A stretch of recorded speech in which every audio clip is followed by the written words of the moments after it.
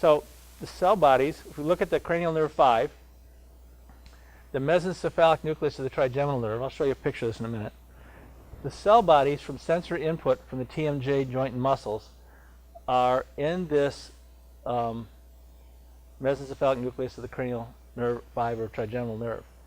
And then these connect to the trigeminal motor nucleus for the TMJ muscles in the pons. And this is what I learned in school, that the motor nucleus for the pons in the mesencephalic nucleus is where the cell bodies are, and it's actually the cell bodies are there like in the dorsal ganglion. It's the only place like the cell bodies are in the sensory cell bodies are in the central nervous system for sensory activity. In the dorsal ganglion, you got a bipolar cell.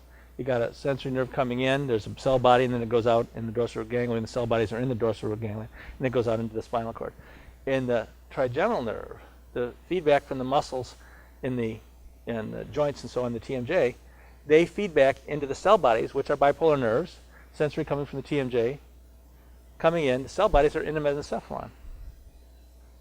And then the sensory comes in, and then the motor goes, not the motor, but the other part of the sensory activity goes out and then impacts in other places. It impacts actually in the mesencephalon itself, which we'll talk about in a minute, but traditionally in the pons, where you have the motor nucleus for the trigeminal nerve that sends the muscle to the message to the muscles for TMJ activity.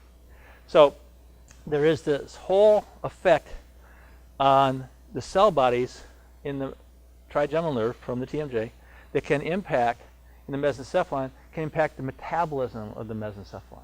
So TMJ factors, if they're altered TMJ activity, you see changes in the amount of activity of those cell bodies, which is going to draw blood supply to the area and change the metabolism in the area. And so there's an impact that has that effect on the mesencephalon.